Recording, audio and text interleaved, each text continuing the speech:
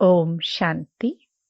4 जुलाई 2021 अव्यक्त बाप दादा के महावाक्य। ओरिजिनल डेट 30 जनवरी 1988। हिम्मत का दूसरा कदम, सहनशीलता। ब्रह्मा बाप की जीवन कहानी। आज ऑलमाइटी अथॉरिटी बाप अपनी पहली श्रेष्ठ रचना को देख रहे हैं। पहली रचना ब्राह्मणों की रचना है। उसकी पहली रचना में भी पहला नंबर ब्रह्मा को ही कहेंगे। पहली रचना का पहला नंबर होने कारण ब्रह्मा को आदि देव कहा जाता है। इसी नाम से इस आबू पर्वत पर यादगार भी आदिदेव नाम से ही है। आदिदेव अर्थात आदि रचता भी कहा जाता और साथ साथ आदिदेव अर्थात नई सृष्टि के आदि का पहला नंबर देव है। पहली देवात्मा श्री कृष्ण के रूप में ब्रह्मा ही बनते हैं। इसलिए नई सृष्टि के आदि का आदिदेव कहा जाता है। संगम युग में भी आदि रचना का पहला नंबर अर्थात आदिदेव कहो व ब्राह्मण आत्माओं के रचता ब्रह्मा कहो, तो संगम पर और सृष्टि के आदि पर दोनों समय के आदि हैं। इसलिए आदिदेव कहा जाता है। ब्रह्मा ही आदि कर्मातीत फरिश्ता बनता है। ब्रह्मा सो फरिश्ता और फरिश्ता सो देवता, सब में नंबर 1। ऐसे नंबर 1 क्यों बने? किस विधि से नंबर 1 सिद्धि को प्राप्त किया? आप सभी ब्राह्मण आत्माओं को ब्रह्मा को ही फॉलो करना है। क्या फॉलो करना है? इसका पहला कदम समर्पणता। यह तो पहले सुनाया है। पहले कदम में भी सब रूप से समर्पण बन के दिखाया। दूसरा कदम सहनशीलता। जब समर्पण हुए तो बाप से सर्वश्रेष्ठ वर्षा तो मिला, लेकिन दुनिया वालों से क्या मिला? सबसे ज्यादा गालियों की वर्षा किस पर हुई? चाहे आप आत्माओं को भी गालियां मिली या अत्याचार हुए, लेकिन ज्यादा क्रोध व गुस्सा ब्रह्मा को ही मिलता रहा। लौकिक जीवन में जो कभी एक अपशब्द भी नहीं सुना, लेकिन ब्रह्मा बना तो अपशब्द सुनने में भी नंबर 1 रहा। सबसे ज्यादा सर्व के स्नेही जीवन व्यतीत की, लेकिन जितना ही लौकिक जीवन में सर्व के स्नेही रहे, उतना ही अलौकिक जीवन में सर्व के दुश्मन रूप बने। बच्चों के ऊपर अत्याचार हुआ तो स्वतः ही इनडायरेक्ट बाप के ऊपर अत्याचार हुए, लेकिन सहनशीलता के गुण से व सहनशीलता की धारणा से मुस्कुराते रहे, कभी मुरझाए नहीं। कोई प्रशंसा करे और मुस्कुराए, इसको सहनशीलता नहीं कहते। लेकिन दुश्मन बन क्रोधित हो अपशब्दों की वर्षा करे, ऐसे समय पर भी सदा मुस्कुराते रहना, संकल्प मात्र भी मुरझाने का चिन्ह चेहरे पर न हो, इसको कहा जाता है सहनशील। दुश्मन आत्मा को भी रहमदिल भावना से देखना, बोलना संपर्क में आना, इसको कहते हैं सहनशीलता। स्थापना के कार्य में, सेवा के कार्य में कभी छोटे कभी बड़े तूफान आए। जैसे यादगार शास्त्रों में महावीर हनुमान के लिए दिखाते हैं कि इतना बड़ा पहाड़ भी हथेली पर एक गेंद के समान ले आया। ऐसे कितनी भी बड़ी पहाड़ समान समस्या हो, तूफान हो, विघ्न हो, लेकिन पहाड़ अर्थात बड़ी बात को छोटा सा खिलौना बनाए, खेल की रीति से सदा पार किया, वह बड़ी भारी बात को सदा हल्का बनाए, स्वयं भी हल्के रहे और दूसरों को भी हल्का बनाया। इसको कहते हैं सहनशीलता। छोटे से पत्थर को पहाड़ नहीं, लेकिन पहाड़ को गेंद बनाया, विस्तार को सार में लाया। यह है सहनशीलता। विघ्नों को, समस्या को अपने मन में व दूसरों के आगे विस्तार करना अर्थात पहाड़ बनाना है, लेकिन विस्तार में न जाए। नथिंग न्यू के फुल स्टॉप से बिंदी लगाए, बिंदी बन आगे बढ़े। इसको कहते हैं विस्तार को सार में लाना। सहनशील श्रेष्ठ आत्मा सदा ज्ञान योग के सार में स्थित हो, ऐसे विस्तार को, समस्या को, विघ्नों को भी सार में ले आती है, जैसे ब्रह्मा बाप ने किया। जैसे लंबा रास्ता पार करने में समय, शक्तियां समाप्त हो जाती, अर्थात ज्यादा यूज होती, ऐसे विस्तार है लंबा रास्ता पार करना, और सार है शॉर्टकट रास्ता पार करना। पार दोनों ही करते हैं, लेकिन शॉर्टकट करने वाले समय और शक्तियों की बचत होने कारण निराश नहीं होते, दिल शिकस्त नहीं होते, सदा मौज में मुस्कुराते पार करते हैं। इसको कहा जाता है सहनशीलता। सहनशीलता की शक्ति वाला कभी घबराएगा नहीं कि क्या ऐसे भी होता है क्या। सदा संपन्न होने कारण ज्ञान की, याद की गहराई में जाएगा। घबराने वाला कभी गहराई में नहीं जा सकता। सार वाला सदा भरपूर होता है, इसलिए भरपूर संपन्न चीज की गहराई होती है। विस्तार वाला खाली होता है, इसलिए खाली चीज सदा उछलती रहती है।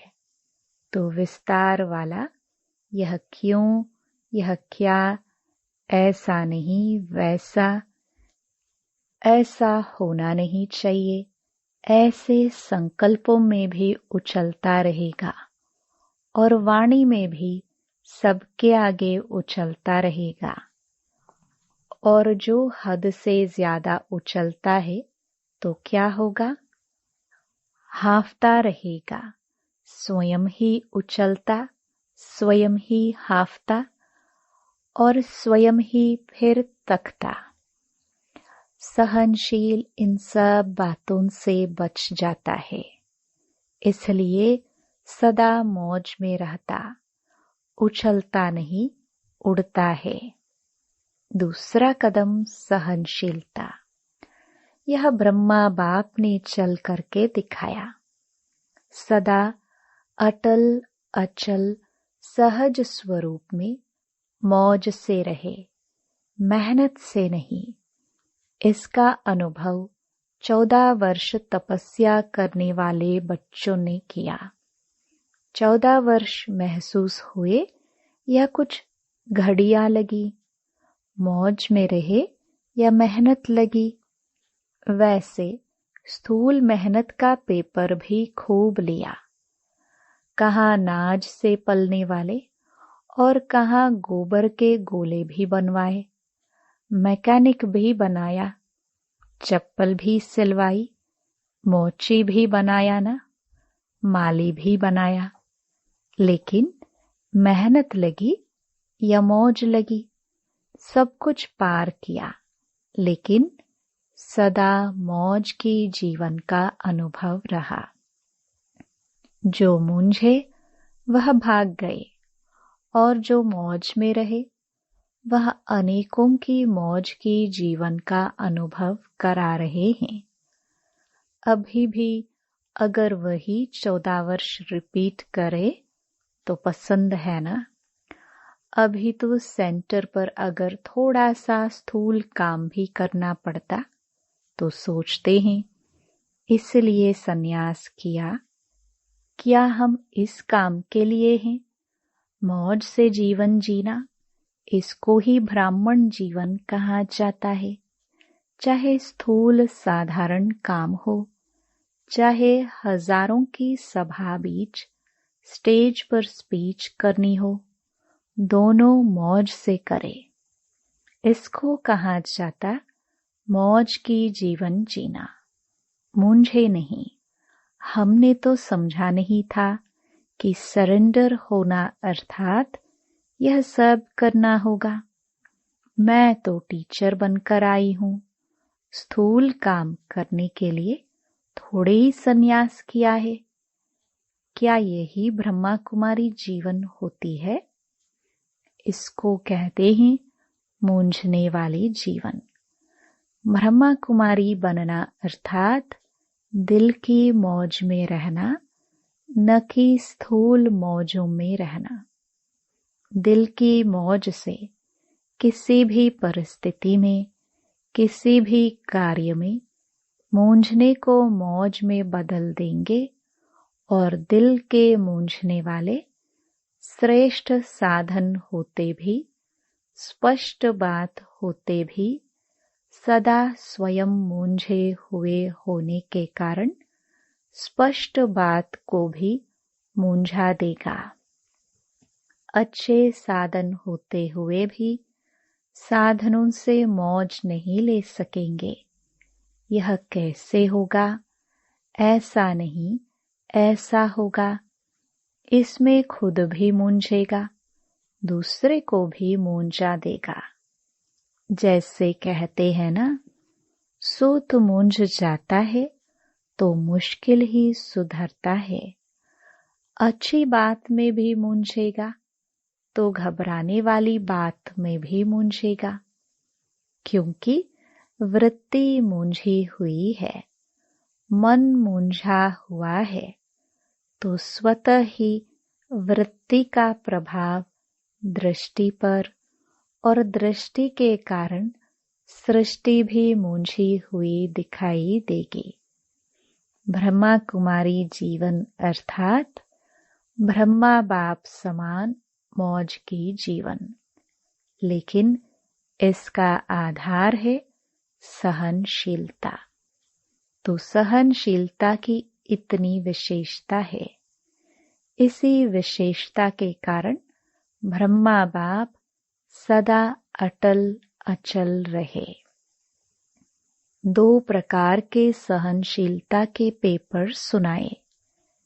पहला पेपर लोगों द्वारा अपशब्द व अत्याचार। दूसरा यज्ञ की स्थापना में भिन्न भिन्न आए हुए विघ्न। तीसरा कई ब्राह्मण बच्चों द्वारा भी ट्रेटर होना व छोटी मोटी बातों में असंतुष्टता का सामना करना। लेकिन इसमें भी सदा असंतुष्ट को संतुष्ट करने की भावना से, परवश समझ सदा कल्याण की भावना से सहनशीलता की साइलेंस पावर से हर एक को आगे बढ़ाया। सामना करने वाले को भी मधुरता और शुभ भावना, शुभ कामना से सहनशीलता का पाठ पढ़ाया। जो आज सामना करता और कल क्षमा मांगता, उनके मुख से भी यही बोल निकलते, बाबा तो बाबा है।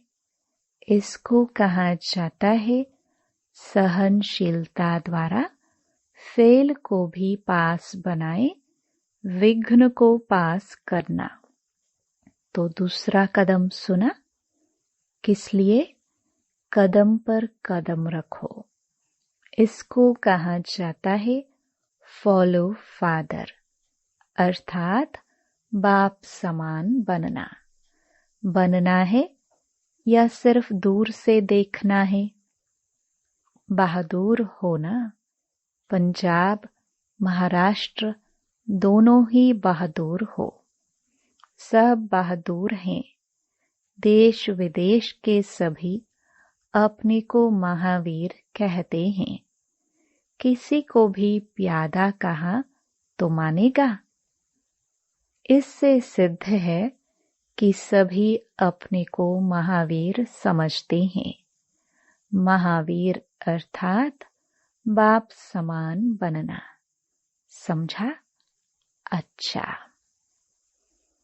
देश विदेश के सर्व बाप समान सदा बुद्धि से समर्पित आत्माओं को सदा हर परिस्थिति में हर व्यक्ति से सहनशील बनकर हर बड़ी बात को छोटा कर सहज पार करने वाले, सदा विस्तार को सार रूप में लाने वाले, सदा ब्राह्मण जीवन मौज की जीवन जीने वाले, ऐसे बाप समान बनने वाले महावीर श्रेष्ठ आत्माओं को बाप दादा का समान भाव की स्नेह संपन्न याद प्यार और नमस्ते। पार्टियों से मुलाकात। कुमारों से। कुमारों की विशेषता क्या है? कुमार जीवन श्रेष्ठ जीवन है, क्योंकि पवित्र जीवन है, और जहाँ पवित्रता है वहाँ महानता है। कुमार अर्थात शक्तिशाली। जो संकल्प करे वह कर सकते हैं। कुमार अर्थात सदा बंधन मुक्त बनने और बनाने वाले। ऐसी विशेषताएं हैं न, जो संकल्प करो वही कर्म में ला सकते हो। स्वयं भी पवित्र रह, औरों को भी पवित्र रहने का महत्व बता सकते हो। ऐसी सेवा के निमित्त बन सकते हो। जो दुनिया वाले असंभव समझते हैं, वह ब्रह्मा कुमार चैलेंज करते हैं। तो हमारे जैसा पावन कोई हो नहीं सकता। क्यों? क्योंकि बनाने वाला सर्वशक्तिमान है। दुनिया वाले कितना भी प्रयत्न करते हैं, लेकिन आप जैसे पावन बन नहीं सकते। आप सहज ही पावन बन गए। सहज लगता है ना? या दुनिया वाले जैसे कहते हैं यह अननेचुरल है, ऐसे लगता है। कुमारों की परिभाषा ही है चैलेंज करने वाले, परिवर्तन कर दिखाने वाले, असंभव को संभव करने वाले। दुनिया वाले अपने साथियों को संग के दोष में ले जाते हैं, और आप बाप के संग में ले आते हो। उन्हें अपना संग नहीं लगाते, बाप के संग का रंग लगाते हो। बाप समान बनाते हो। ऐसे हो ना? अच्छा। 2. कुमार अर्थात सदा अचल अडोल। कैसे भी परिस्थिति आ जाए लेकिन डगमग होने वाले नहीं, क्योंकि आपका साथी स्वयं बाप है। जहाँ बाप है वहाँ सदा ही अचल अडोल होंगे। जहाँ सर्वशक्तिमान होगा वहाँ सर्व शक्तियाँ होंगी। सर्व शक्तियों के आगे माया कुछ कर नहीं सकती। इसलिए कुमार जीवन अर्थात सदा एक रस स्थिति वाले, हलचल में आने वाले नहीं।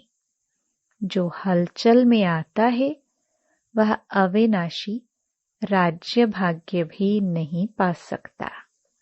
थोड़ा सा सुख मिल जाएगा लेकिन सदा का नहीं। इसलिए कुमार जीवन अर्थात सदा अचल एक रस स्थिति में स्थित रहने वाले। तो एक रस स्थिति रहती है या दूसरे रसों में बुद्धि जाती है। सब रस एक बाप द्वारा अनुभव करने वाले, इसको कहते हैं एक रस अर्थात अचल अडोल। ऐसा एक रस स्थिति वाला बच्चा ही बाप को प्यारा लगता है। तो यही सदा याद रखना कि हम अचल अडोल आत्माएं एक रस स्थिति में रहने वाली हैं। माताओं से 1. माताओं के लिए बाप दादा ने सहज मार्ग कौन सा बताया है, जिससे सहज ही बाप की याद का अनुभव कर सको, मेहनत न करनी पड़े। याद को भी सहज बनाने का साधन क्या है?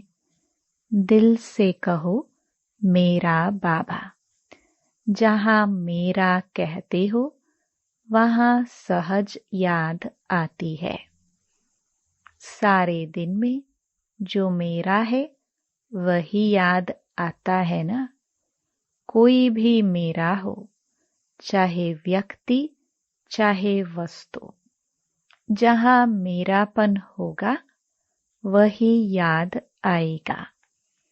ऐसे यदि बाप को मेरा कहते हो, मेरा समझते हो, तो बाप ही याद आएगा। तो बाप को याद करने का सहज तरीका है, दिल से कहो मेरा बाबा। सिर्फ मुख से मेरा मेरा नहीं करना, अधिकार से कहना। यही सहज पुरुषार्थ कर आगे बढ़ते चलो। सदा ही इसी विधि से सहज योगी बनो। मेरा कहो और बाप के खजानों के मालिक बनो। 2. माताएं सदा अपने को पद्मा पदम भाग्यवान समझती हो। घर बैठे बाप मिला तो कितना बड़ा भाग्य है।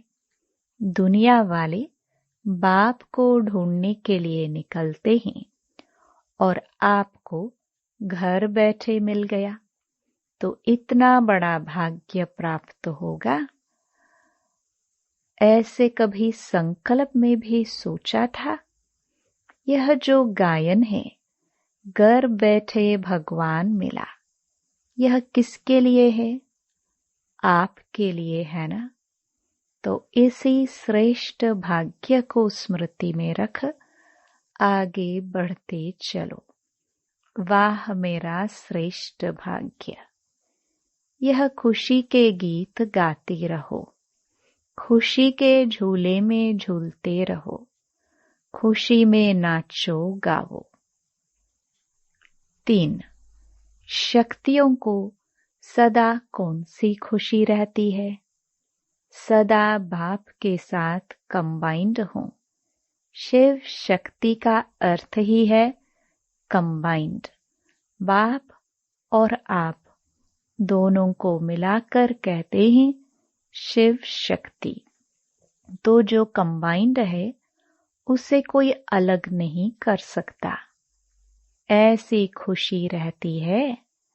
निर्बल आत्मा को बाप ने शक्ति बना दिया। तो यही सदा याद रखो कि हम कंबाइंड रहने के अधिकारी बन गए। पहले ढूंढने वाले थे और अभी साथ रहने वाले हैं। यह नशा सदा रहे। कितना भी माया कोशिश करे, लेकिन शिव शक्ति के आगे माया कुछ कर नहीं सकती। अलग रहते हो तो माया आती है, कंबाइंड रहो तो माया आ नहीं सकती। तो यही वरदान सदा याद रखना कि हम कंबाइंड रहने वाली शिव शक्तियां विजयी हैं। अच्छा, वरदान। कंफ्यूज होने के बजाय लूज कनेक्शन को ठीक करने वाले समस्या मुक्त भव। सभी समस्याओं का मूल कारण कनेक्शन लूज होना है। सिर्फ कनेक्शन को ठीक कर दो तो सर्व शक्तियां आपके आगे घूमेंगी। यदि कनेक्शन जोड़ने में 1-2 मिनट लग भी जाते हैं तो हिम्मत हार कर कंफ्यूज न हो जाओ। निश्चय के फाउंडेशन को हिलाओ नहीं। मैं बाबा का, बाबा मेरा। इस आधार से फाउंडेशन को पक्का करो तो समस्या मुक्त बन जाएंगे। स्लोगन। बीज रूप अवस्था में स्थित रहना, यही पुराने संस्कारों को परिवर्तन करने की विधि है। Om Shanti. To watch Peace of Mind channel videos on YouTube, subscribe us on youtube.com/tvpeaceofmind. Just a click for a peaceful life.